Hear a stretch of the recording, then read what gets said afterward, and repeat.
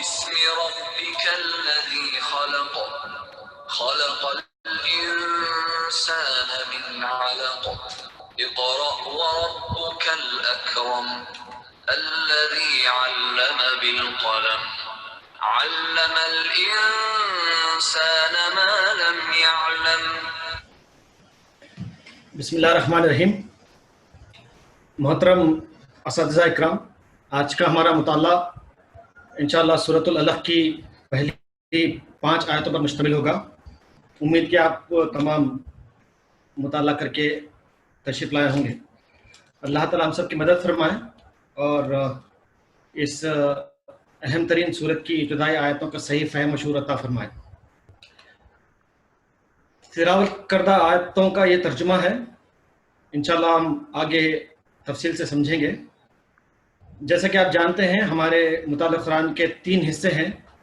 پہلا حصہ یہ ہے کہ ہم ساتھ قرآن مجید کی تلاوت کی کوشش کریں. یہ قرآن مجید کا حق ہے کہ اس کو بہتر سے بہتر انداز سے پڑھنے کی کوشش کی جائے. دوسرا جو حق ہے وہ یہ ہے کہ اس پر تدبر کیا جائے، تفکر کیا جائے. اللہ تعالیٰ نے اس کا خاص حکم قرآن مجید میں.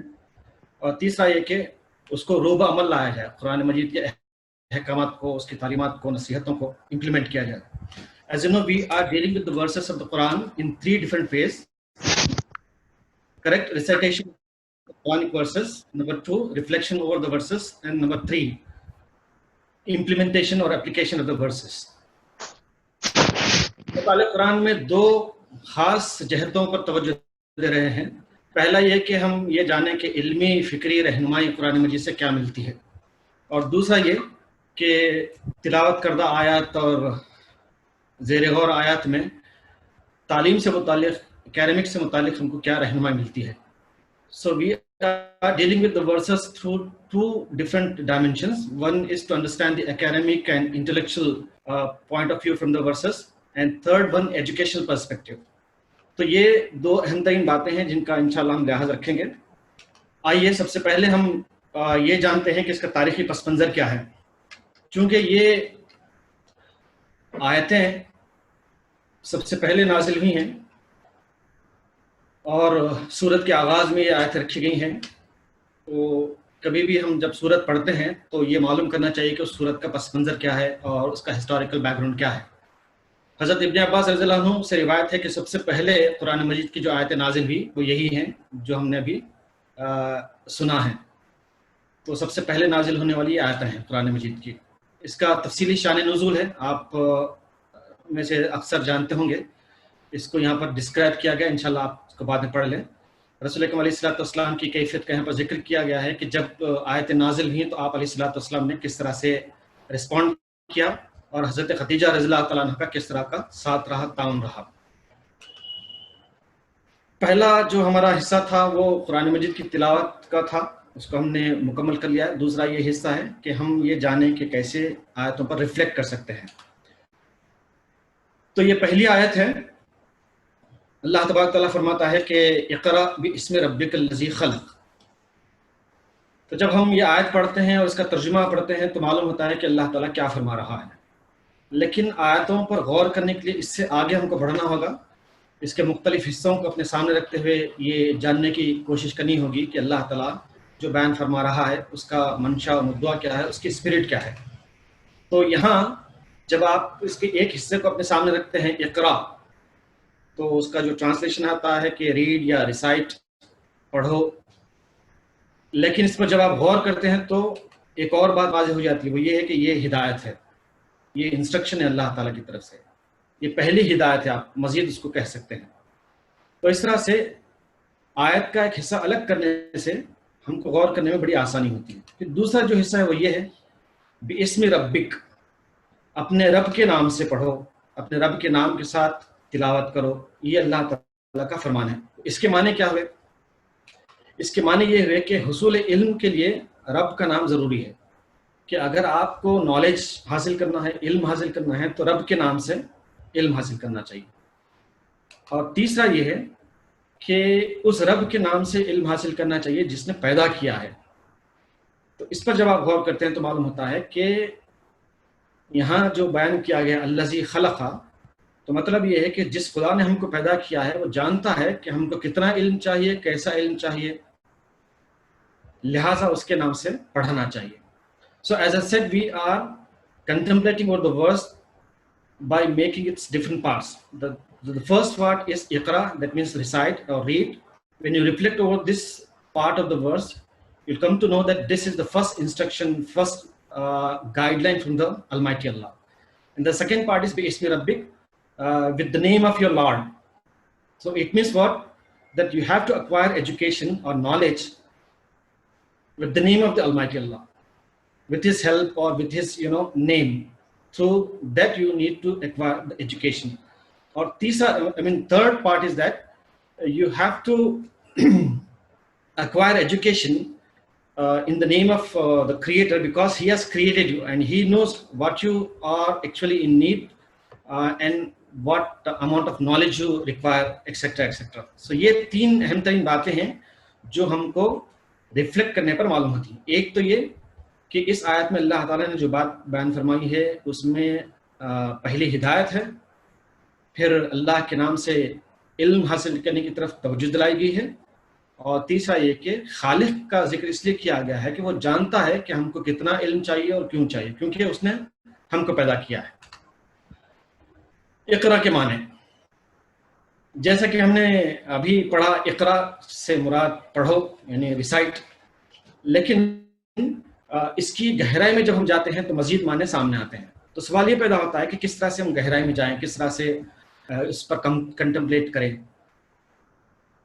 قرآن مجید میں جو آیتیں بیان کی گئی ہیں اقرا کے حوالے سے یا اس کے ڈیریویٹیوز کے حوالے سے، اس کے مختلف جو اجزاء ہو سکتے ہیں ان کے حوالے سے، ان کو پڑھنے سے معلوم ہوتا ہے، ان پر غور کرنے سے معلوم ہوتا ہے کہ اس کے حقیقی معنی کیا ہو سکتے ہیں. اقرا کے ایک معنی تو یہ ہے کہ پڑھو، لیکن اللہ تعالیٰ نے قرآن مجید میں اس لفظ کا جس طرح سے ذکر فرمایا ہے اس سے معلوم ہوتا ہے کہ اقرا کے معنی پڑھنے کے بھی ہیں اور پڑھانے کے بھی ہیں. پڑھنے کے بھی ہیں، پڑھ کر سنانے کے بھی ہیں. یہ پہلی آیت ہے، وَإِذَا قُرِئَ الْقُرْآنُ فَاسْتَمِعُوا لَهُ وَأَنصِتُوا لَعَلَّكُمْ تُرْحَمُونَ، کہ جب قرآن سنایا جائے، جب قرآن سنایا جائے تو اس کو توجہ سے سنو اور خاموش رہو تاکہ تم پر رحم کیا جائے. تو قرآن مجید کے آداب میں سے یہ ایک بات ہے کہ جب قرآن مجید کی تلاوت ہو تو بالکل ریپٹ اٹینشن کے ساتھ، بالکل مکمل توجہ اور یکسوئی کے ساتھ اس کو سننا چاہیے، کیونکہ یہ رب کا کلام ہے. اکثر یہ دیکھنے میں آتا ہے کہ قرآن مجید کی تلاوت سفر میں شروع کر دیتے ہیں، کار میں اگر ہم سفر کر رہے ہیں یا کوئی اور وہیکل ہے، یا یہ کہ کوئی فنکشن ہو تو لگا دیا جاتا ہے، مہمان آ گئے ہیں گھر میں تو لگا دیا جاتا ہے. تو مطلب یہ ہے کہ صرف لگانا کام نہیں ہے بلکہ لگا کر سننا بھی کام ہے. صرف لگاتے ہیں اور سنتے نہیں ہیں تو یہ بے ادبی ہوگی، اس کا ہمیں لحاظ رکھنا چاہیے. ایک اور آیت ہے، آپ دیکھ لیں کہ اللہ تعالیٰ فرماتا ہے کہ یہ جو اقرا ہے اس کے معنی اور کیا ہو سکتے ہیں، یعنی پڑھ کر سنانے کے لیے. جیسے کہ میں نے کہا کہ ہم دو الگ الگ پرسپیکٹیوز میں قرآن مجید کی آیتوں کو سمجھ رہے ہیں. ایک یہ کہ ایز سچ جو باتیں بیان کی گئی ہیں ان کو ہم جانیں کہ ان کے معنی و مطالب کیا ہیں، اور دوسرا یہ کہ ہم ایک تعلیمی پیشے سے تعلق رکھتے ہیں تو یہ دیکھیں کہ ایجوکیشنل پرسپیکٹیو سے یا اکیڈمک پرسپیکٹیو سے کیا باتیں ہمارے سامنے آتی ہیں. اقرا کے جو معنی ہیں یعنی پڑھنے کے اور پڑھانے کے، تو اس سے یہ معلوم ہوتا ہے کہ ٹیچرس کی ریسپانسبلٹیز کیا ہونی چاہیے یا کیا ہو سکتی ہیں. So here you can understand what actually mean by Iqra, since it is not only read, it just it says that you have to be a teacher to make it possible for others to understand. تو application of Iqra میں ایک بات یہ آتی ہے کہ آپ بحیثیت ٹیچر کے پڑھیں گے بھی اور پڑھائیں گے بھی، یعنی نالج کو ایکوائر بھی کریں گے، اس کو ڈسمینیٹ بھی کریں گے، اس کو پھیلائیں گے بھی. اس کا مطلب یہ ہے کہ intellectual, academic and cultural development یہ آپ کی ذمہ داری ہے، اور افیکٹو ویز آف ٹیچنگ یہ دوہری ذمہ داری پڑتی ہے. جب ہم اس کو اکیڈمک پرسپیکٹیو میں یا ایجوکیشنل پرسپیکٹیو میں لیتے ہیں تو پہلی بات یہ آتی ہے کہ بحیثیت ٹیچر کے ہم کو علم حاصل کرنا چاہیے، پڑھانا چاہیے. پڑھانے سے مراد یہ ہے کہ ہماری ٹیچنگ جو ہے وہ پڑھنے کی بنیاد پر ہونی چاہیے. وداؤٹ پریپریشن پڑھانا یہ صحیح بات نہیں ہے، وتھ فل پریپریشن تعلیم دینے کی کوشش کرنی چاہیے. مزید جو اس کے معنی ہیں وہ یہ ہیں کہ اقرا سے مراد حروف و کلمات کو ترتیل سے جمع کرنا، یعنی ایک سیکوینس کے ساتھ بات کو بیان کرنا. قرآن مجید کی جو آیتیں ایک سیکوینس کے ساتھ ہیں. قرآن مجید میں جو کچھ بھی بتایا گیا ہے وہ ایک ترتیب کے ساتھ ہے. اس لیے اللہ تعالیٰ جو انسٹرکشنز ہم کو دیتا ہے وہ یہ ہے کہ ورتل القرآن ترتیلا، قرآن مجید کو ترتیب کے ساتھ ٹھہر کر پڑھو، جلد بازی نہ کرو. تو یہ قرآن مجید کا حق ہے کہ اس کو ترتیب کے ساتھ، ترتیل کے ساتھ پڑھا جائے. یہ بھی اقراء کے معنی میں آتا ہے. ایک اور جو اس کے بالکل ہی دلچسپ اور انٹرسٹنگ معنی ہے وہ یہ ہے کہ اقراء کا جو روٹ ہے اسی سے قرآن بھی ہے. تو قرآن کو قرآن کیوں کہا گیا؟ تو اس کا مطلب یہ بیان کیا گیا کہ کیونکہ قرآن مجید میں تمام آسمانی کتابوں کی اصل تعلیمات جمع ہیں، شامل ہیں، اور یہ تمام ہی علوم کو اپنے اندر رکھتا ہے، اس لیے اس کو قرآن کہا جاتا ہے. تو فاؤنٹین ہیڈ آف نالج اس قرآن سے بڑھ کر کوئی علم نہیں ہو سکتا، کیونکہ یہ وحی کے ذریعے سے ہے. اور انسان کا جو علم ہوتا ہے وہ عقل کے ذریعے سے ہوتا ہے، وہ وحی کا کبھی تابع ہوتا ہے، کبھی تابع نہیں ہوتا ہے. لہٰذا جب یہ دیکھا جاتا ہے کہ مختلف علوم کو دینی نقطہ نظر سے دیکھا جائے، پرکھا جائے، جانچا جائے، تو کبھی کامیابی ملتی ہے، کبھی ناکامی ملتی ہے. تو جانچنے پرکھنے کی بات نہیں ہے، بالکل دو الگ الگ چیزیں ہیں. جو قرآن مجید کا علم ہے وہ وہی ہے، اس سے بڑھ کر کوئی علم ہو نہیں سکتا. اب جب انسان کا علم ہے تو ظاہر بات ہے اس کے اندر فلاز ہوں گے بہت سے، اس کے اندر کیا کہتے ہیں کہ نقائص ہوں گے. اور ایسا ہم نے دیکھا بھی ہے کہ ایسی کتنی تھیریز ہیں جن کو کہ کبھی صحیح مانا گیا تھا اور صحیح نہیں مانا جاتا. ویسے تو کہ آپ یہ سب جانتے ہیں. وہ تفصیل کل شیء قرآن مجید کی ایک آیت میں کہا گیا ہے کہ اس میں تمام کی تمام تفصیلات موجود ہیں، اس لیے اس کو قرآن کہا جاتا ہے. جیسا کہ سورہ اعلیٰ میں ہے کہ اس میں اس قرآن مجید میں صحف ابراہیم و موسیٰ، ابراہیم علیہ السلام اور موسیٰ علیہ السلام کے جو صحیفے تھے ان میں بھی وہی باتیں تھیں جو قرآن مجید میں باتیں بیان کی گئی. تو مطلب یہ کہ قرآن مجید کی تعلیمات، قرآن علوم، تمام ہی علوم کو اپنے اندر شامل کیے ہوئے، اس لیے اس کو قرآن کہا جاتا ہے. تو یہ اقراء کے معنی ہوئے. اب اس کو مزید ہم اکیڈمک پرسپیکٹو میں دیکھیں کہ اقراء کے جو ڈیریویٹیوز ہیں، جیسا قرأ یہاں کہا کہ جب آپ پڑھتے ہیں یا پڑھ کر سناتے ہیں تو مطلب یہ ہے کہ جو نالج ہے، imparting of knowledge, it should be continuous process. جیسے کہ قرآن مجید کے بارے میں کہا کہ یہ ایک مسلسل کیا کہتے ہیں تعلیمات کا حصہ ہے. جتنے پیغمبر دنیا میں آئے، جتنے رسول دنیا میں آئے، انہوں نے جو تعلیمات پیش کی تھی انہی تعلیمات کا جسٹ خلاصہ قرآن مجید میں موجود ہے. تو مطلب یہ ہے کہ نالج کو صحیح طور سے امپارٹ کرنے کے لیے یہ ضروری ہے کہ اس کو ایک کنٹینیوس پروسیس کے ذریعے سے عمل میں لایا جائے. جہاں پروسیس ڈسکنٹینیو ہوتا ہے تو پھر نالج کو امپارٹ کرنے میں دشواری پیدا ہوتی ہے. So no breaking of links and disconnecting of the basics. بچے جو پڑھ کر آتے ہیں شروع سے وہی بیسکس کو کنٹینیو کر دیا جائے، دیکھا جائے کہ ہمارے اپنے بچے اپنے بیسکس میں کس طرح کے ہیں، اور کسی بھی طرح کا لنک جو ہے وہ ٹوٹنے نہ پائے. اس کا مطلب یہ بھی ہے کہ آپ کی جو ٹیچنگ میتھڈولوجی ہوگی وہ ایک کنٹینیوس پروسیس کی ہوگی.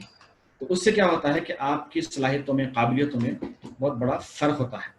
تو جیسا کہ کہا گیا کہ ہمارے طلباء جو پرائمری کلاسز میں یا اس کے بعد کے کلاسز میں سیکھتے ہیں، انہی کی بنیادوں پر، انہی امور کی بنیادوں پر ان کو آگے بڑھانے کی کوشش کرنی چاہیے. قرات جو ہے یا قرات جو ہے یا اقراء جو ہے وہ یہ تمام باتیں ہمارے اپنے سامنے رکھتا ہے. تو اس کو اگر ہم قرآنک پرسپیکٹیو میں دیکھیں تو مختلف باتیں سامنے آتی ہیں. اکیڈمک پرسپیکٹیو سے یا انٹلیکچوئل پرسپیکٹیو سے دیکھیں تو الگ الگ باتیں سامنے آتی ہیں. اکیڈمک یا ہمارے اپنے ایجوکیشن پرسپیکٹیو میں دیکھیں تو الگ الگ باتیں سامنے آتی ہیں. تو ان کے علاوہ مزید پہلوؤں کو سامنے رکھتے ہوئے ہمیں غور کرنے کی کوشش کرنی چاہیے. اقراء کے بعد یہ کہا کہ بسم ربک، اپنے رب کے نام کے ساتھ تم پڑھو.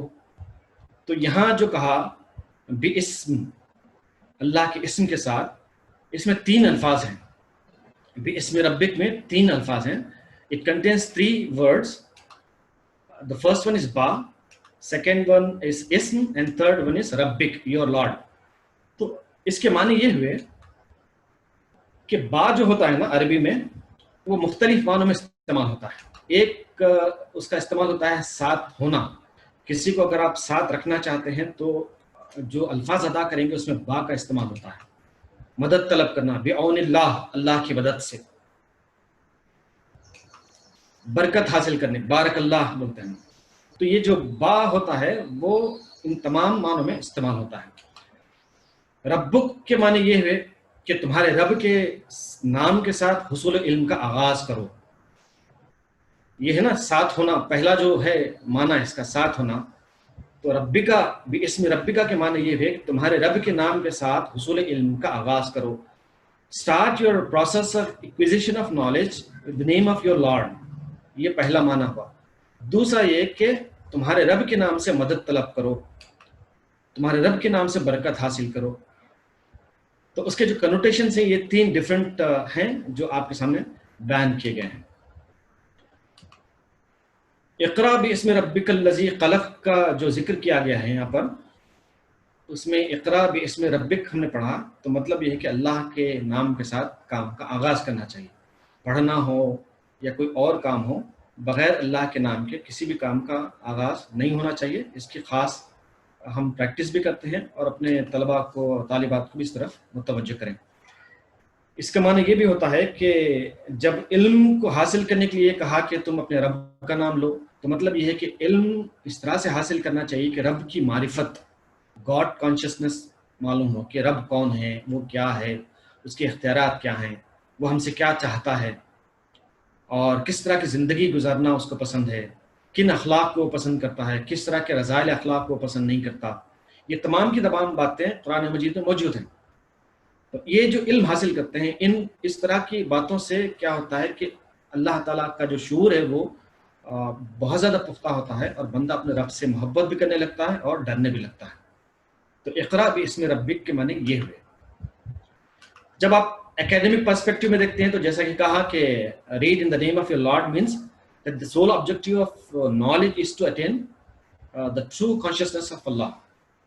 اللہ تعالیٰ کی معرفت، رب کی معرفت، یہ تعلیم کا حصہ ہونا چاہیے۔ آپ دیکھیں کہ آپ کے پاس جو طلباء ہیں جنہوں نے 1 سال 2 سال 3 سال 10 سال 12 سال گزارے ہیں، آپ کی محنت سے، آپ کے طرز تعلیم سے انہوں نے اپنے خدا کو کتنا جانا ہے اور وہ اپنے خدا سے کتنے قریب ہوئے ہیں۔ اس کو آرٹیکولیٹ اگر آپ کریں، معرفت رب کو اگر آپ آرٹیکولیٹ کریں، تو مطلب یہ ہوگا کہ آپ جتنا اللہ سے قریب ہوں گی بحیثیت ایک ٹیچر کے، بحیثیت ایک استاد کے، آپ کے بچے بھی اللہ سے اتنے ہی قریب ہوں گے۔ تو آرٹیکولیشن آف یہ آبجیکٹیو ہے وہ یہ ہے کہ attachment with merciful Allah is directly proportional to her or his teaching experience. جتنا آپ قریب ہوں گے بچے آپ کے بھی اتنے ہی قریب ہوں گے۔ تو یہ اس کا ایک آرٹیکولیشن ہے، اس کا ایک عملی پہلو ہے جو کہ آپ کے سامنے رکھا گیا ہے۔ اگر اس سلسلے میں کوئی بات ہے تو آپ عرض کر سکتے ہیں، ایک آدھ سوال ہو تو ہم لیں گے۔ پہلی آیت کو ہم نے مکمل کر لیا ہے، اقرا باسم ربک الذی خلق، پڑھو اپنے رب کے نام سے جس نے تم کو پیدا کیا ہے۔ بظاہر یہ ایک مختصر سی آیت ہے، لیکن اس کے اندر جو معنی اور مطالب ہیں بڑے گہرے ہیں، ان میں سے کچھ کا ہم نے یہاں پر ذکر کیا ہے۔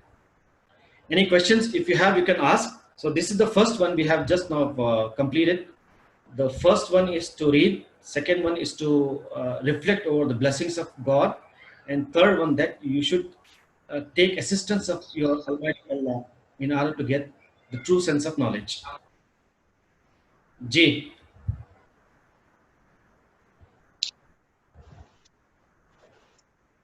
چلیے ہم آگے بڑھتے ہیں۔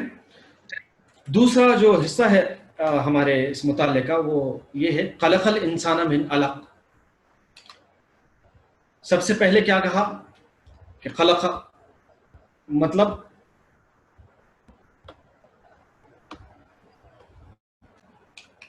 جس نے پیدا کیا، جس کا ریفرنس کدھر جا رہا ہے؟ رب کی طرف جا رہا ہے۔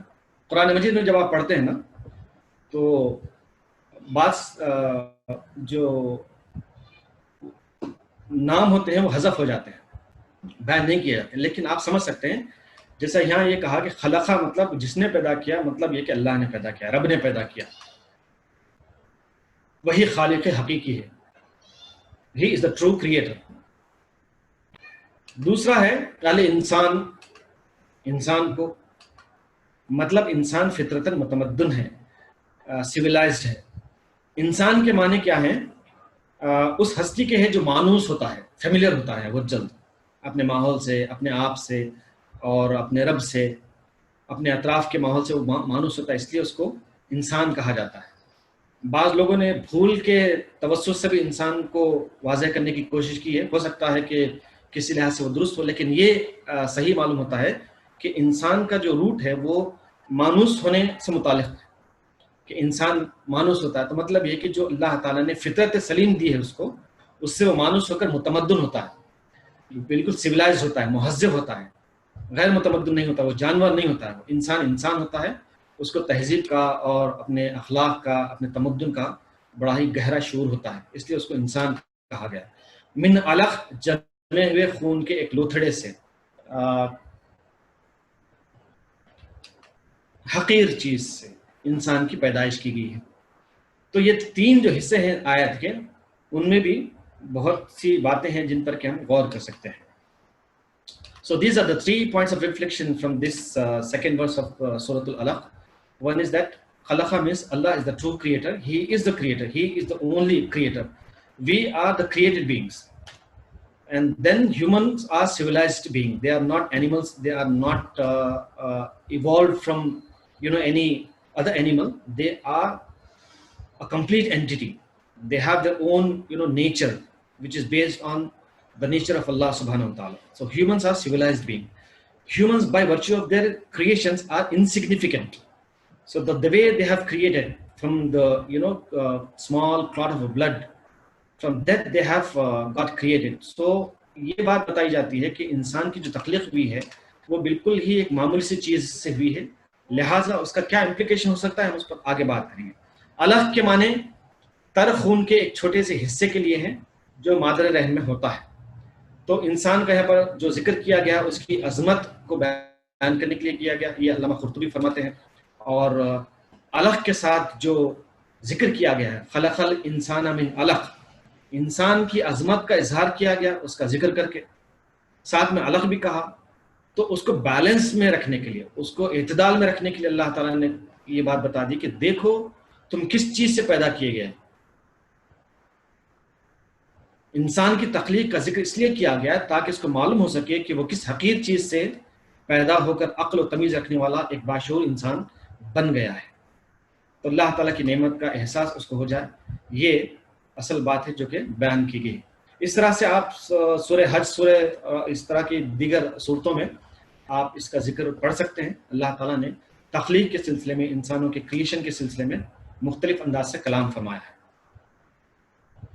تدبر قرآن میں مولانا امین احسن اصلاحی رحمۃ اللہ علیہ فرماتے ہیں کہ یعنی جس انسان کی پیدائش اتنے حقیر اور ذلیل عنصر سے ہوئی ہے، اس کے لیے یہ زیبا نہیں دیتا کہ وہ اپنی پاکی و پاکدامنی یا اپنے حسب و نسب کی حکایت زیادہ بڑھائے اور غرور و استکبار کا مظاہرہ کرے۔ تو اوریجن اگر معلوم ہو جائے، بیس اگر معلوم ہو جائے، تو انسان اعتدال میں رہ سکتا ہے۔ یہاں پر اس کا ذکر کیا گیا ہے۔ فی ظلال کی بھی تفصیل ہے، آپ پڑھ لیں۔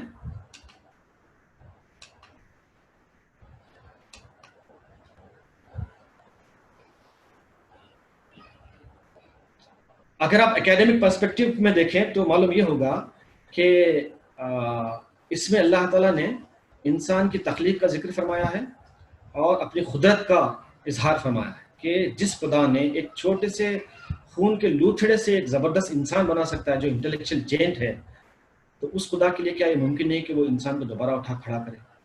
تو بایولوجیکل پوائنٹ آف ویو سے بھی اور ہسٹوریکل پوائنٹ آف ویو سے بھی مختلف باتیں ہم معلوم کر سکتے ہیں۔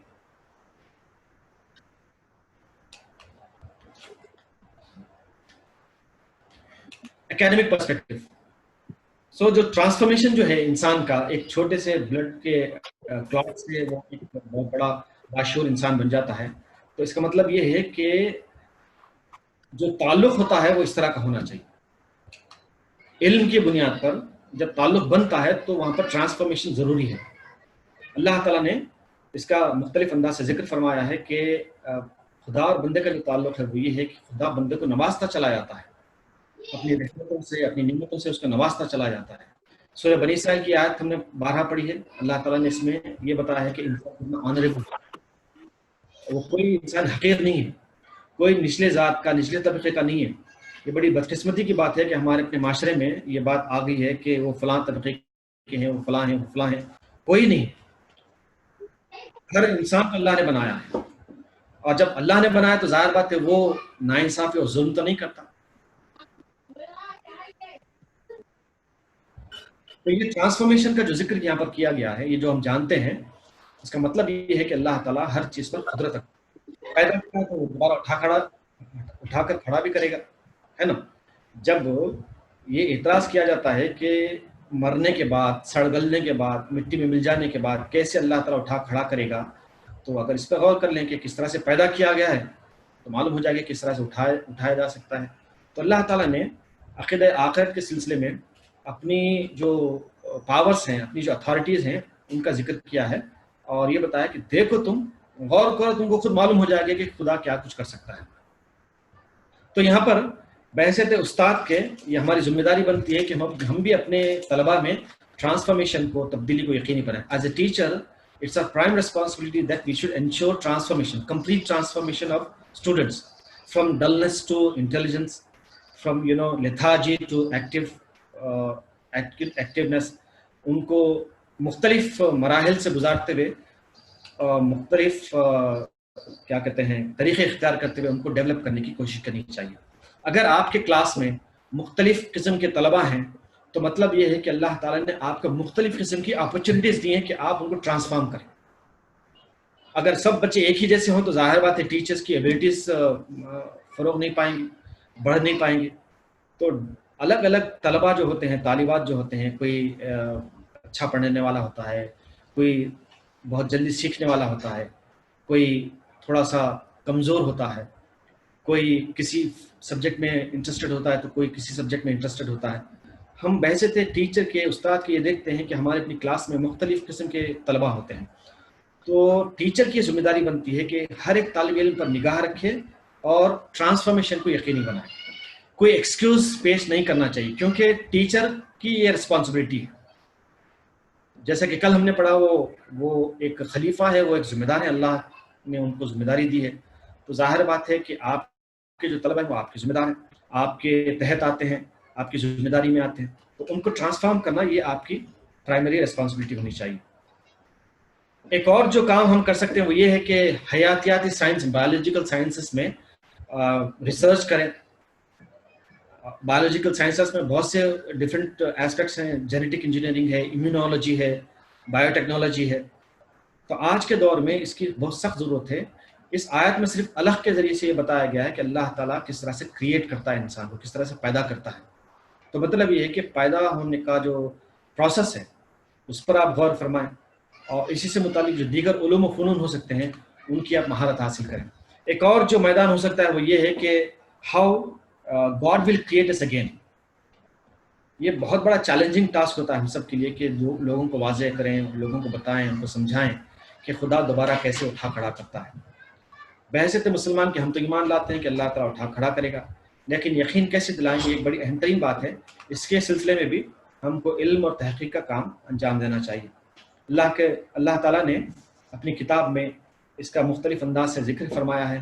ما خلقکم ولا بعثکم الا کنفس واحد، کہ تمہارا پیدا کرنا اور پھر دوبارہ اٹھا کھڑا کرنا اللہ کے ہاں ایسا ہی ہے جیسے ایک نفس کو پیدا کرنا اور اس کو جلا اٹھنا، اس کو کھڑا کرنا. یعنی اللہ تعالیٰ نے اپنی اتھارٹی بتا دی ہے.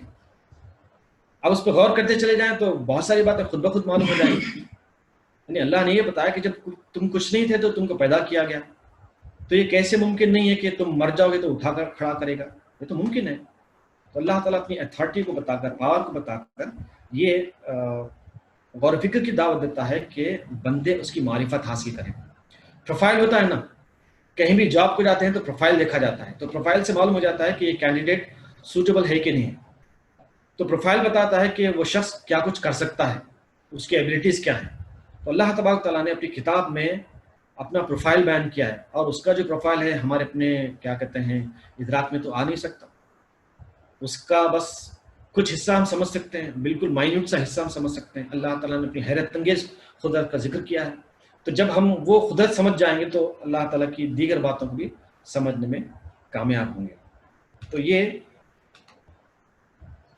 academic perspective سے باتیں ہوئی. As I said, the verse inspires academic and research oriented activities, in particular in the field of biological sciences. which includes its branches like biotechnology, genetics and all. آج کے حالات میں immunology کا جو یہ ہے اس کی جو اہمیت ہے وہ ہم سب جانتے ہیں. اس میں علم و تحقیق کا کام ہم کو انجام دینا چاہیے. اسی طرح سے ڈے آف ججمنٹ کے سلسلے میں بھی کچھ ایویڈنسز سائنٹیفک ہو یا مورل ہو یا ایتھیکل ہو کلیکٹ کرنے کی اور اس کے بارے میں ریسرچ کرنے کی کوشش کرنی چاہیے. تیسری آیت اقرا وربک الاکرم، پڑھو تمہارا رب بڑا کریم ہے، بڑا کرم کرنے والا ہے. اقرا اگین، اقرا ایک اور بار ذکر کیا گیا ہے. پہلی آیت میں آیا، دوسری میں نہیں تھا، تیسری آیت میں اس کو ریپیٹ کیا گیا ہے. اور اس کے معنی کیا ہوئے؟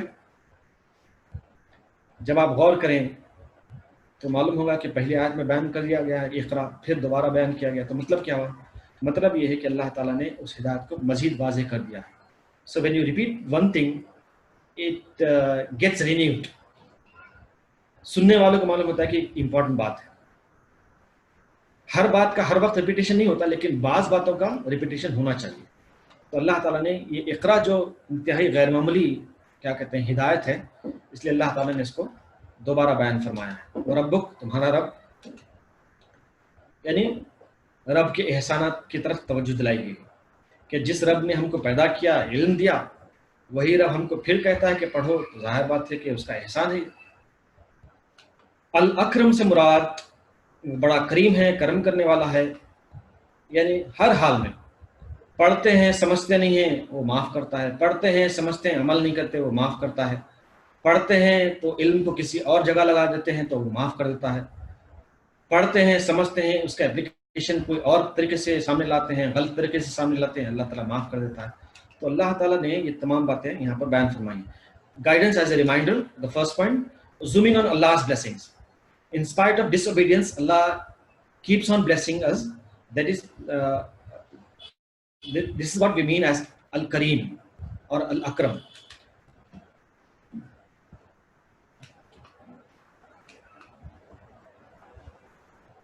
یہاں قرطبی رحمۃ اللہ علیہ نے بھی یہی باتیں بیان فرمائی ہیں، آپ پڑھ لیں کہ وَلَوْ يُؤَاخِذُ اللَّهُ النَّاسَ بِمَا كَسَبُوا مَا تَرَكَ عَلَى ظَهْرِهِ مِن دَابَّةٍ، کہ اگر اللہ تعالیٰ لوگوں کے کرتوت کی وجہ سے ان کو پکڑنے لگتا تو زمین پر کوئی متنفس نہیں بچتا. اللہ تعالیٰ فرما رہا ہے، یعنی اس قدر گناہ ہوتے ہیں انسانوں کی طرف سے، اس قدر دھاندلی ہوتی ہے، اس قدر جہالت سے کام لیا جاتا ہے. اللہ تعالیٰ فرماتا ہے کہ اگر ہم ان کو پکڑنے لگیں تو کوئی انسان زمین پر نہیں بچے گا. تو مطلب یہ ہے کہ اللہ تعالیٰ بڑا کریم ہے، بڑا کرم کرنے والا ہے.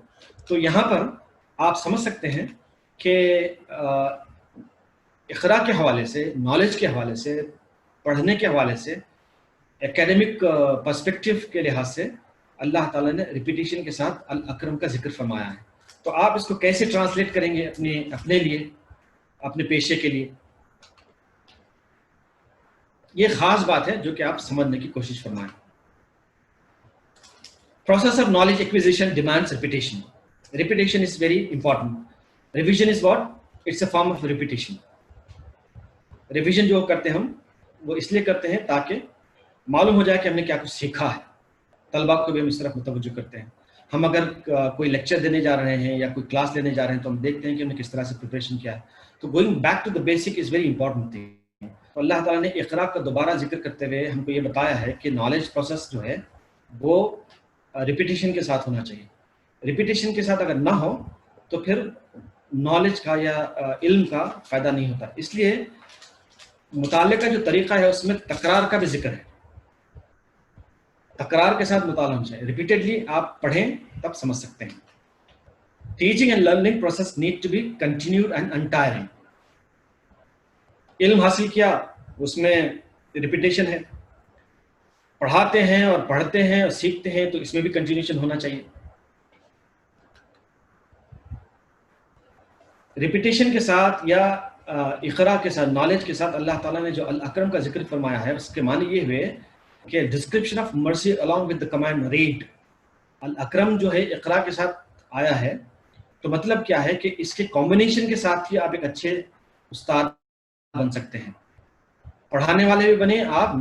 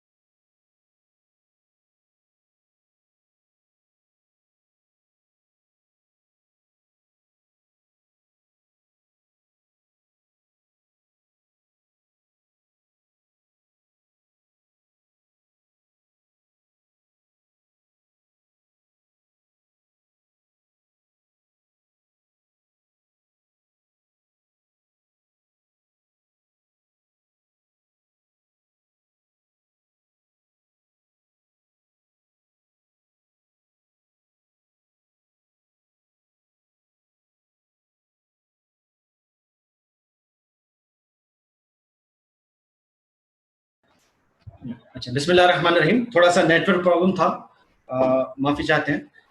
تو یہ اقرا اور الاکرم کا جو یہاں پر ذکر ہے، اس سے مراد یہ ہے کہ آپ کے طرز تعلیم میں یہ دونوں چیزیں شامل ہونی چاہیے کہ آپ کنٹینیوسلی پڑھنے والے بھی بنے، پڑھانے والے بھی بنے، اور ریپیٹیشن کا بھی ایک معاملہ ہو. پھر یہ کہ ساتھ میں رحم و کرم کا بھی معاملہ ہو. اپنے آپ پر بھی آپ تھوڑا سا رحم کر لیں اور اپنے طلباء پر بھی کریں. اپنے آپ پر رحم کرنے سے مراد یہ ہے کہ بہت زیادہ تکلیف میں مبتلا کرنا بھی صحیح بات نہیں ہے کہ اپنی صحت کا، اپنے اوقات کا، اپنے گھر کا بھی خیال رکھیں. بہرحال یہ دونوں جو چیزیں ہیں، اقرا و ربک الاکرم، بیچ میں جو رب ہے، اس کے علاوہ یہ دو جو چیزیں ہیں اقرا و الاکرم، اس کو اگر آپ ملائیں تو مطلب یہ ہوگا کہ مرسی along with command read gives rise to two important things. One is that Allah will reward you if you acquire knowledge, and the second one is that you need to adopt a very good and decent methodology of imparting knowledge. Ideal teacher کا یہی definition ہم دیتے ہیں کہ اس کے پاس knowledge بھی ہو اور وہ مرسی بھی ہو. اللہ کے رسول صلی اللہ علیہ وسلم کے بارے میں اللہ تعالیٰ کیا فرماتا ہے؟ فَبِمَا رَحْمَةٍ لِنْتَ لَهُمْ. یہ اللہ تعالیٰ کی رحمت ہے، اس کا کرم ہے کہ آپ نرم دل ہیں. وَلَوْ كُنْتَ فَضًّا غَلِيظَ الْقَلْبِ لَانفَضُّوا مِنْ حَوْلِكَ. اگر آپ سخت دل ہوتے تو یہ لوگ آپ کے اطراف سے چھٹ جاتے. وقت کے رسول کے بارے میں جب یہ کہا گیا تو ظاہر بات ہے، آپ سمجھ سکتے ہیں کہ اس کی کتنی اہمیت ہے کہ ہم کو عفو و درگزر کا، رحم و کرم کا معاملہ کرنا چاہیے. جب رب کر سکتا ہے تو ہم کو کیوں نہیں کرنا چاہیے؟ تو پڑھائی کے ساتھ یہ بہت امپورٹنٹ بات ہے کہ knowledge plus mercy is equal to an ideal teacher. آگے بڑھتے ہیں. ایک اور بات جو بتائی گئی وہ یہ ہے اللہ تعالیٰ کی طرف سے کہ الذی، اگین اٹس اے ریفرنس. جس نے مینس واٹ؟ الذی، the who means what here? We all know رب. رب کا ذکر ہو چکا ہے اس لیے اشارہ کیا گیا. اس کے بعد میں علامہ، تعلیم دی اس نے، مقرر، تاکہ اہمیت واضح ہو جائے کہ اللہ تعالیٰ کا احسان کتنا ہے کہ اس نے ہم کو تعلیم دی. اور بالقلم، قلم کے ذریعے سے. تو مطلب یہ ہے کہ اللہ تعالیٰ نے علم حاصل کرنے کے لیے قلم کا استعمال سکھایا. اس میں بالکل پریکٹیکل چیزیں ہیں اگر آپ غور فرمائیں. ایک بات جو بالکل ہی کیا کہتے ہیں لائٹر سائڈ میں ہم بیان کر سکتے ہیں، جیسا کہتے ہیں نا کہ عقل مند کو اشارہ کافی ہوتا ہے.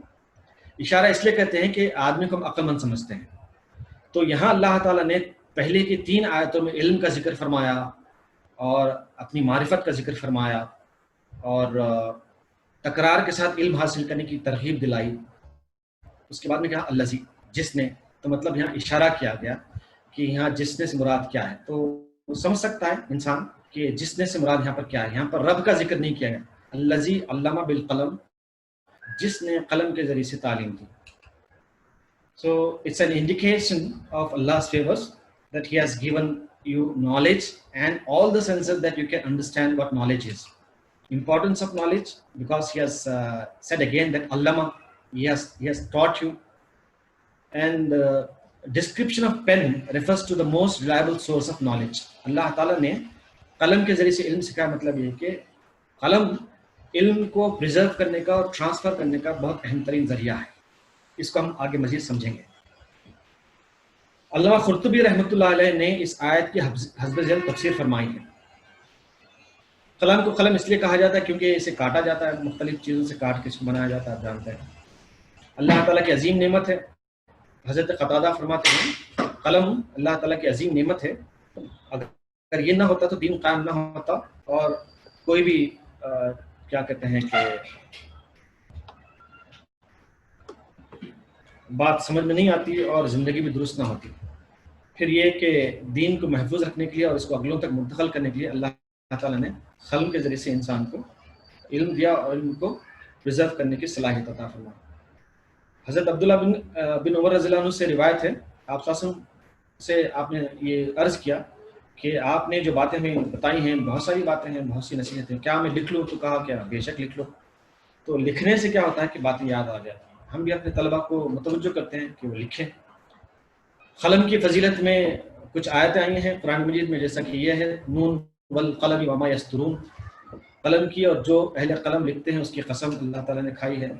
اور پھر یہ کہ اگر پورے درخت قلم بن جائیں اللہ تعالیٰ فرماتا ہے کہ اگر زمین میں پائے جانے والے سارے کے سارے درخت قلم بن جائیں تب بھی اس کی باتیں لکھنے سے ختم نہیں ہوں گی، اگر سمندر سیاہی بن جائیں، مثال بھی اللہ تعالیٰ نے۔ ایک اور جو بات بیان کی گئی وہ یہ ہے کہ اللہ تعالیٰ نے 4 چیزیں اپنے ہاتھ سے بنائی ہیں، خاص دست قدرت سے پیدا کی، ورنہ وہ یہ کہتا ہے کہ کن تو فیکن، ہو جا تو ہو جاتی ہے، لیکن 4 چیزوں کے سلسلے میں کہا کہ اللہ تعالیٰ نے خاص کر کے انہیں اپنے ہاتھ سے بنایا ہے۔ ان میں سے ایک قلم ہے، دوسرا عرش ہے، تیسرا جنت عدن ہے، اور چوتھے ہیں حضرت آدم علیہ السلام۔ تو اس سے یہ معلوم ہوتا ہے کہ قلم کی کیا کچھ اہمیت ہے۔ تو یہ ان جنرل جو پرسپیکٹو ہو سکتا ہے اس سے یہ تمام باتیں ہمارے اپنے سامنے آتی ہیں۔ اب قلم کے ذریعے سے آپ کیسے علم سکھائیں گے یا کیسے علم سیکھیں گے یہ جاننا ضروری ہے۔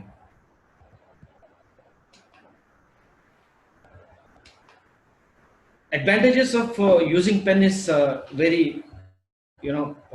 prominent. Everyone knows this کہ اللہ تعالیٰ نے قلم جو دیا ہے اس کو اپنی نعمت قرار دیا ہے، تو ظاہر بات ہے کہ وہ ایسا ہی نہیں ہوگا۔ تو اس سے برین ڈیولپمنٹ، کوگنیشن ڈیولپمنٹ ہوتا ہے، یعنی دماغ کا جو استعمال ہوتا ہے وہ لکھنے سے ہوتا ہے۔ لکھتے جب ہیں تو ہاتھ بھی چلتا ہے اور دماغ بھی چلتا ہے۔ تو کوگنیشن مطلب یہ کہ ادراکی جو صلاحیتیں ہوتی ہیں، کسی چیز کو سمجھنا، کسی چیز کو جاننا، محسوس کرنا، یہ قابلیتیں پروان چڑھتی ہیں اگر پین کا استعمال کیا جائے۔ موٹا اسکل سے مراد یہ ہے کہ آپ اپنے ذہن کا استعمال کر سکتے ہیں اور مختلف قسم کی صلاحیتوں کا آپ کو استعمال کرنا پڑے گا اگر آپ کو قلم کا استعمال کرنا پیش نظر ہے۔ لکھنا صرف ایسا نہیں ہوتا کہ لکھا جاتا ہے، اس کے لیے مختلف صلاحیتیں اور قابلیتیں درکار ہوتی ہیں۔ جیسے کہ کہا گیا کوگنیٹو اسکلس لکھنے سے ڈیولپ ہوتی ہیں، اس لیے بچوں کو لکھانے پر بہت زیادہ توجہ دی جاتی ہے۔ تو یہ آپ کہہ سکتے ہیں کہ اللہ تعالیٰ نے قلم کے ذریعے سے علم کے حصول کے لیے جو قابلیتیں درکار ہیں اور جو صلاحیتیں درکار ہیں وہ فائن ٹیون ہو جاتی ہیں، دماغ کا استعمال ہونے لگتا ہے، آدمی پرسیپشن کو ریالٹی میں دیکھ سکتا ہے۔ یہ تمام جو خاص قابلیتیں ہیں اللہ تعالیٰ قلم کے ذریعے سے اس کو عنایت فرماتا ہے۔ اس لیے کہا اللہ تعالیٰ نے کہ یہ ہماری خاص نعمت ہے جس کا یہاں پر ذکر کیا گیا ہے۔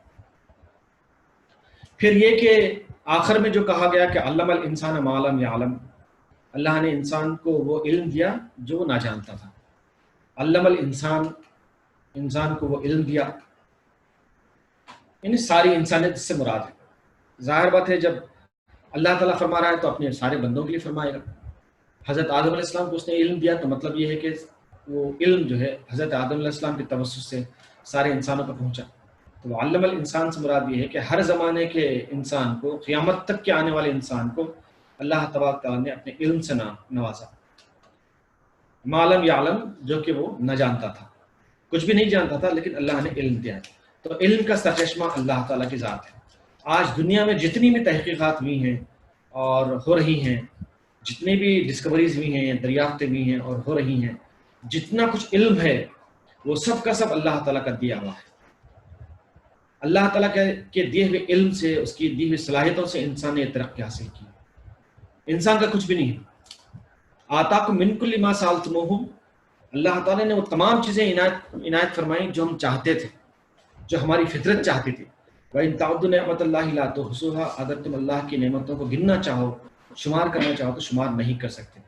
اس قدر انیومریبل اللہ تعالیٰ کی بلیسنگز ہیں۔ So this particular verse deals with 2 important aspects. One is that Allah has given knowledge to the humanity at large, not to a single person, not to a single community, not to a particular region or period. He has bestowed knowledge on the entire humanity. And second one is that he has given knowledge to the humanity. تو آج جو بھی ترقی انسانوں نے کی ہے وہ اللہ تعالیٰ کے دیے ہوئے علم ہی کے ذریعے سے کی ہے۔ So these are the 2 reflections you can conclude with. One is that knowledge is the greatest favor of Allah on the humanity, and the source of knowledge is that Allah has given us different faculties and talents through which we can acquire knowledge. علم الانسان ما لم یعلم، یعنی یہاں انسان سے مراد حضرت آدم علیہ السلام کی شخصیت ہے۔ اللہ تعالیٰ نے آپ کو ہر چیز کے ناموں کا علم سکھایا، جس طرح سے قرآن مجید میں ہے۔ کل ہم نے پڑھا وعلم آدم الاسماء کلھا، الانسان سے مراد انسان کی جنس ہے، the very nature of humanity ہے۔ تو دونوں باتیں یہاں پر اپلیکیبل ہیں. جیسے کہ یہ آیت ہے کہ اللہ تعالیٰ نے تمام انسانوں کو اٹھا کھڑا کیا اور ان کی پشتوں کو اٹھا کھڑا کیا، ان کی نسلوں کو اٹھا کھڑا کیا اور کہا کہ الستو بربکم، کیا میں تمہارا رب نہیں ہوں؟ اللہ تعالیٰ نے تمام ہی انسانوں سے گواہی لی. قالوا بلا شہدنا، انہوں نے کہا کہ ہاں آپ ہی ہمارے رب ہیں. تو یہ جو آیت ہے قرآن مجید کی، وہ بہت ہی حیرت انگیز آیت ہے. یعنی قیامت تک کے آنے والے انسانوں کی ارواح کو، ان کی روحوں کو اللہ تعالیٰ نے اٹھا کھڑا کیا اور ان سے گواہی لی کیا میں تمہارا رب نہیں ہوں. تو یہاں جو گواہی لی الستو بربکم، کیا میں تمہارا رب نہیں ہوں، یہ رب وہی ہے جس نے تعلیم دی ہے، جس نے اقرا کا درس دیا ہے، یہ وہی رب ہے. اور اقرا کا درس کس کو دیا ہے؟ اللہ تعالیٰ نے انسان کو دیا ہے. تو یہاں پر وہی صفت اللہ تعالیٰ نے اپنی بیان فرمائی، الستو بربکم، کیا میں تمہارا رب نہیں ہوں. اور جتنے بھی پیغمبر آئے دنیا میں انہوں نے بھی یہی دعوت دی، اعبدوا ربکم، اپنے رب کی عبادت کرو، کیونکہ جانتا ہے ہر انسان کہ اس کا رب، اس کا مالک، پروردگار کون ہے. تو یہ بڑی خاص بات ہے جو قرآن مجید ہمیں بیان کرتا ہے. اس کے مختلف پہلو ہیں قرآن مجید میں، آپ ان کو تفصیل سے جاننے اور سمجھنے کی کوشش فرمائیں. اکیڈمک پرسپیکٹیو میں ہم دیکھتے ہیں کہ یہاں پر ایک پروسیس بیان کیا گیا نالج کا. نالج کا جو پروسیس ہے وہ کنٹینیوس ہونا چاہیے، جیسے کہ ہم نے اس سے پہلے بھی پڑھا کہ امپارٹنگ آف نالج جو ہے وہ کنٹینیوس ہونا چاہیے وداؤٹ اینی ریسٹرکشن. کسی بھی ریجن کو، کسی بھی پلیس کو یہ ریسٹرکٹ نہیں ہونا چاہیے. ہم نے بعض کے بارے میں سنا ہے اور پڑھتے بھی ہیں کہ آپ یہ پڑھ سکتے ہیں اور یہ نہیں پڑھ سکتے، یہ پڑھیں گے تو آپ کو یہ سزا دی جائے گی، یہ پڑھیں گے تو آپ کو یہ سزا دی جائے گی. یہ جو نالج ریسٹرکشن ہے یہ اللہ تعالیٰ کی حکمت کے خلاف ہے. جب اللہ تعالیٰ نے سارے انسانوں کو علم دے دیا ہے اور وہ علم سمجھنے کی صلاحیتیں دے دی ہیں، تو انسان کون ہو سکتا ہے کہ وہ دوسرے انسانوں کو روکے؟ یہ تو خدا کے خلاف بغاوت ہے. تو نالج ریسٹرکشن کے ساتھ نہیں ہونا چاہیے، کسی بھی ریجن کے لیے، کسی بھی پلیس کے لیے پرٹیکولر نہیں ہونا چاہیے. چنانچہ آپ دیکھتے ہیں قرآن مجید کا جو علم ہے وہ سارے انسانوں کے لیے ہدیٰ للناس کا اللہ تعالیٰ نے یہ نہیں کہا کہ صرف ایمان والوں کے لیے، یہ نہیں کہا کہ فلاں فلاں کے لیے، صرف کہا کہ یہ یونیورسل ہے. تو knowledge has to be universal. اگر نالج یونیورسل نہیں ہے تو مطلب یہ کہ ہماری فکر یونیورسل نہیں. نالج کو اگر یونیورسل بناتے ہیں تو ہماری فکر بھی یونیورسل بنتی ہے، ہماری فکر بھی آفاقی بنتی ہے. دوسری بات یہ بتائی گئی اس سلسلے میں کہ نالج ایکویزیشن یہ بھی ہر ایک کے لیے دستیاب ہونی چاہیے. لائبریریز آپ بنائیں، آپ اپنی کتابیں عام کر دیں، اپنا علم عام کر دیں. کاپی رائٹ کا ایشو نہیں ہونا چاہیے. انٹلیکچوئل پراپرٹی رائٹ کی بات آتی ہے، ہم کو نہیں معلوم کہ یہ کیا ہے. ہو سکتا ہے کہ بعض تحقیقی چیزیں محدود رکھی جائیں، لیکن عام حالت میں ایسا نہیں ہو سکتا. چنانچہ ہم دیکھتے ہیں کہ ہمارے جتنے بھی اسلاف گزرے ہیں انہوں نے اپنے علم کو افادہ عام کے لیے کھلا رکھا تھا، کسی بھی طرح کا کوئی ریسٹرکشن نہیں رکھا. مولانا مودودی علیہ الرحمہ نے کئی کتابیں لکھی، معرکۃ العادہ کتابیں لکھی، ایسی کتابیں لکھی کہ جن سے لاکھوں ذہن بدل گئے. آج دنیا میں جو تحریکات اسلامی ہیں بلا شبہ ان تحریکات کے فروغ میں، ان تحریکات کی علمی فکری رہنمائی میں مولانا مودودی علیہ الرحمہ کا لٹریچر شامل ہے. لیکن آپ جانتے ہیں کہ مولانا مودودی نے اس کو پراپرٹی رائٹ میں شامل نہیں کر لیا کہ یہ میرا ہے، اس کی جو کیا کہتے ہیں اس کو رائلٹی ہے وہ مجھے آنی چاہیے. بعض کتابیں بعض حکمت کے تحت یہ کر لیا، ورنہ آپ دیکھتے ہیں کہ اسی طرح سے عام ہے. شاہ ولی اللہ رحمۃ اللہ علیہ کی کتابیں آپ دیکھ لیجیے، امام ابن تیمیہ رحمۃ اللہ علیہ کی کتابیں آپ دیکھ لیجیے، وہ افادہ عام کے لیے خالی. خود ہمارے اپنے جو اسلاف گزرے ہیں ان سے پہلے ان کی تمام تفسیریں آج ہم آن لائن پڑھ سکتے ہیں. تو مطلب یہ ہے کہ نالج کا جو مطلب ہے وہ یہی ہے کہ اس کو عام ہونا چاہیے، محدود نہیں ہونا چاہیے. ہوا ہے، روشنی ہے، ظاہر بات ہے اس کو محدود نہیں کر سکتے. جو یہ سمجھتا ہے کہ اس کو محدود کیا جا سکتا ہے تو مطلب یہ کہ اس کی ذہنیت محدود ہے. اللہ تعالیٰ نے یہ بات بتائی ہے کہ کتاب انزلناہ الیک لتخرج الناس من الظلمات الی النور، کہ یہ کتاب نازل کی گئی تاکہ آپ لوگوں کو اندھیروں سے نکل کر روشنی ملائیں. تو نالج روشنی ہوتا ہے، ظاہر بات ہے روشنی کو محدود نہیں کیا جا سکتا، اس لیے اس کو عام ہونا چاہیے. اس لیے آپ دیکھتے ہیں کہ دین اسلام نے علم حاصل کرنے پر بہت زیادہ زور دیا. ہم جانتے ہیں پہلی آیت آ گئی، اب اس سے بڑھ کر اور کیا اہمیت کا اندازہ کر سکتے ہیں بتائیے. سب سے پہلی آیت توحید، رسالت، آخرت، یہ عقائد ہیں دین اسلام کی بنیادی. اللہ کی ذات ہے، اللہ کے رسول صلی اللہ علیہ وسلم کی بابرکت ذات ہے، لیکن ان کے بارے میں کوئی بات نہیں، کہا کہ اقرا.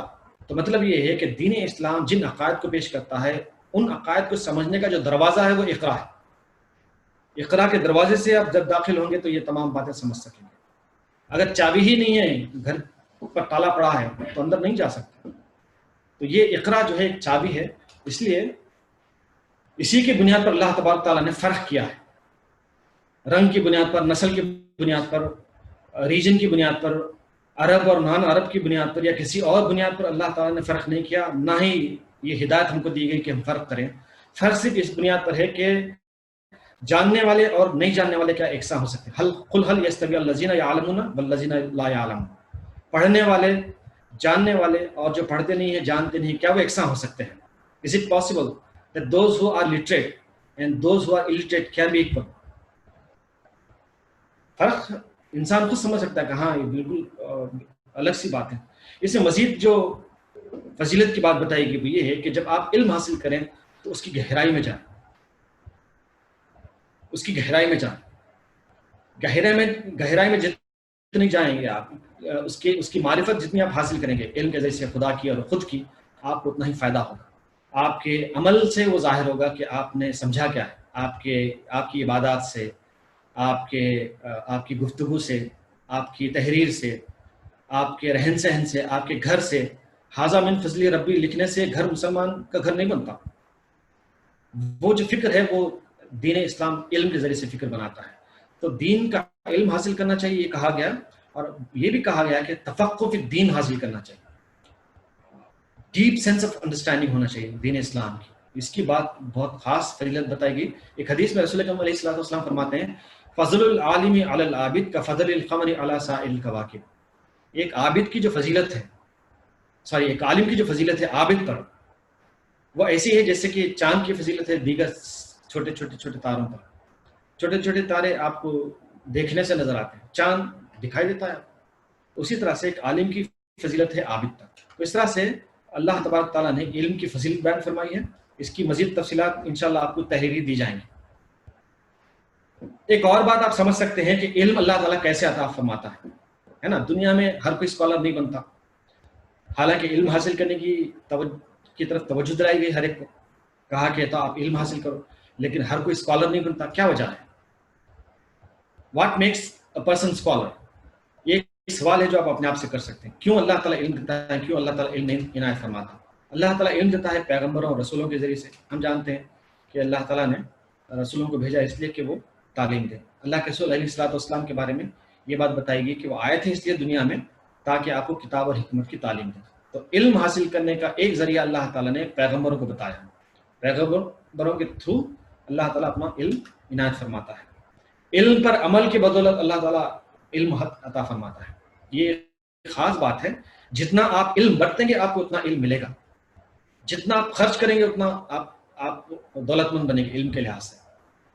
العلم امام العمل والعمل تابع.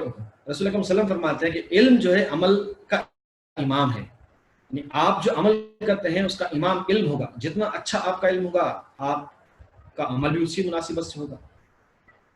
جتنا کمزور علم ہوگا اسی مناسبت سے آپ کا عمل بھی ہوگا. میں ایک آپ کو مثال دیتا ہوں. ظہر کی 4 رکعت ہم سنت مؤکدہ پڑھتے ہیں، یعنی تاکید کی گئی. اللہ کے رسول صلی اللہ علیہ وسلم فرماتے ہیں کہ یہ 4 رکعت آپ نماز پڑھیں. ظہر کی نماز فرض نماز سے پہلے پڑھتے ہیں. اگر اس کی اہمیت، فضیلت، اس کی حکمت معلوم ہو جائے تو پڑھنے کا انداز بدل جائے گا. نہیں معلوم ہے تو بس ایسے ہی پڑھ لیں گے. رسول اکرم علیہ الصلوۃ والسلام فرماتے ہیں انہا ساعۃ تفتح فیہا ابواب السماء. یہ وقت جو ہے جس وقت کے یہ سنت نماز پڑھی جا رہی ہے، رسول اکرم صلی اللہ علیہ وسلم فرماتے ہیں کہ آسمان کے دروازے کھلے جاتے ہیں. فاحب ان یسعد لی فیہا عمل صالح. میں یہ چاہتا ہوں کہ ایسے وقت میرا کوئی نیک عمل اللہ کے پاس پہنچے. کتنا مبارک وقت ہے دیکھیے آپ، جبکہ ہم وہ 4 رکعت سنت نماز پڑھتے ہیں. اگر اس کا علم حاصل ہو جائے تو ظاہر بات ہے وہ پڑھنے کا انداز ہمارا بدل جائے گا. تو رسول اکرم علیہ الصلوۃ والسلام فرماتے ہیں العلم امام العمل. عمل کا امام علم ہوتا ہے اور عمل اس کو تابع ہو جاتا ہے، مطلب اس کے پیچھے چلتا ہے. اگر علم کے بغیر عمل ہو تو اس کی کوئی سینٹیٹی نہیں، اس کی کوئی اتھارٹی ہم تسلیم نہیں کرتے. بغیر علم کے عمل کا کوئی وقار، کوئی مقام نہیں ہوتا ہے. اگر کوئی کرنے چلے جائے تو ظاہر بات ہے 1-2 دن کی بات ہو سکتی ہے، لیکن ہمیشہ کی بات نہیں ہو سکتی. مثال کے طور پر اگر کوئی ٹیچر بغیر تیاری کے، بغیر علم حاصل کیے کے، بغیر سبجیکٹ کے نالج کے پڑھانے لگے، ظاہر بات ہے کچھ دن ہو سکتا ہے لیکن ہمیشہ کے لیے بات ممکن نہیں ہو سکتی ہے. تو علم پر عمل جو ہے وہ مزید علم کے حصول کا ذریعہ بنتا ہے. اللہ تعالیٰ اس طرح سے علم عطا فرماتا ہے. علم اور حکمت کی عطا اللہ تعالیٰ کی بہت بڑی نعمت ہے.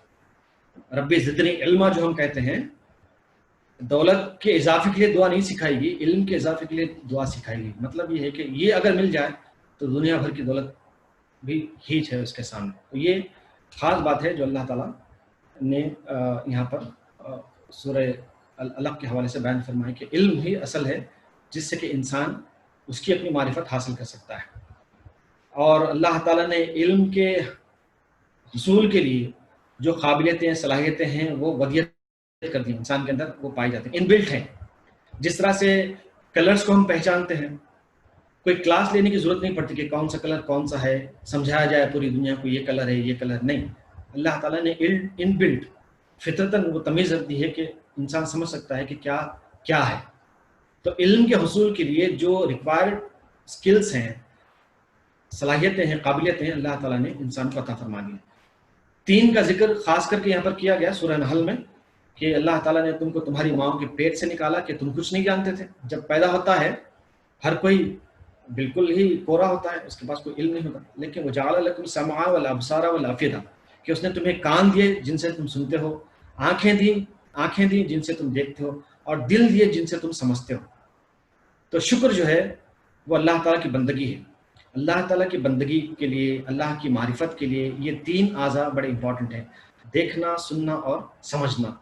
تو آپ کا جو میتھڈولوجی ہوگا ٹیچنگ کا، اس میں یہ فیکلٹیز کا خاص کر کے آپ لحاظ رکھیں کہ آپ سنائیں بھی، دکھائیں بھی، اور یہ دیکھیں کہ آپ کے طلبہ آپ جو کچھ بیان کر رہے ہیں وہ سمجھ پا رہے ہیں کہ نہیں پا رہے ہیں. تو ہم آخری اس میں آتے ہیں مرحلے میں، عمل کے سلسلے میں. سب سے پہلی بات تو یہ ہے کہ علم ایک مستقل عمل ہے حاصل کرنے کا. آپ مستقل حاصل کرنے پر توجہ کریں. کسی بھی مرحلے میں یہ نہیں کہہ سکتے کہ میں مکمل علم حاصل کر لیا ہوں.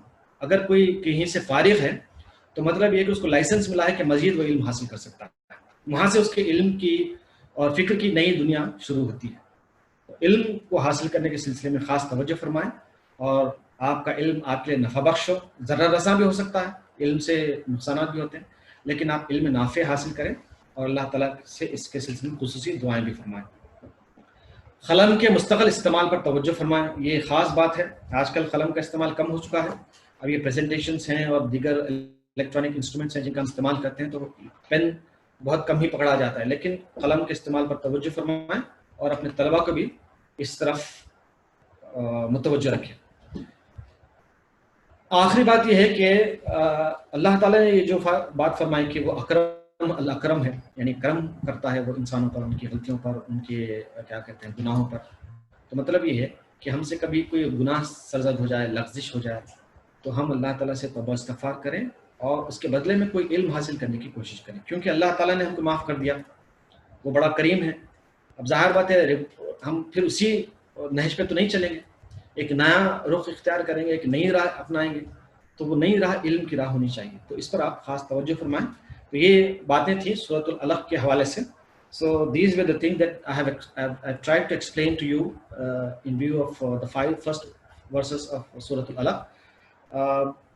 In presentation there is something which is very clear written in English that you can get benefit from, and I have written a separate thing for you as a teacher. Can avail that one.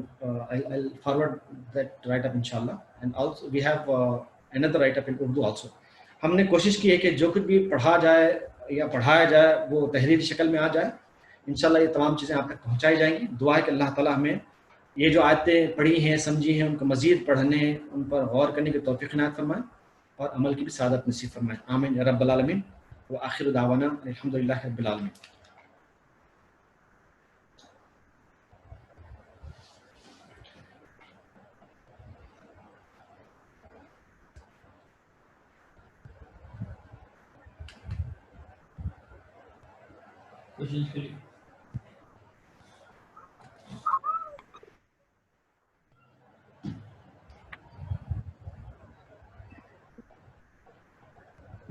السلام علیکم. Questions کے لیے time دیا گیا ہے, آپ questions اپنے رکھیے.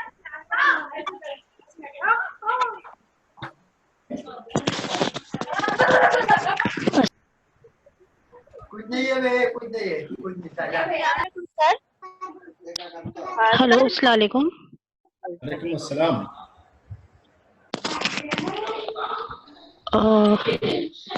سنائی دے رہی ہے آواز؟ ہاں جی جی فرمائیے. اچھا, مجھے تھوڑی چیزیں تھوڑا سا مطلب ہینڈنگ سے پتا ہے, اللہ عالم, مجھے کچھ چیزوں کو کلیریفائی کرنا ہے. ایک یہ کہ how do you define a قلم, کیونکہ اللہ تعالیٰ نے سارے زمانوں کے لیے قرآن کو نازلا ہے جو کہ ہے, تو وی کی ناٹ ریسٹرکٹ دا ورڈ قلم جسٹ ٹو اے پین. آج کے زمانے میں جو الیکٹرانک پینز آتے ہیں وہ بھی پین کی شکل میں آئیں گی. میں جتنے بھی ان پٹ ڈیوائس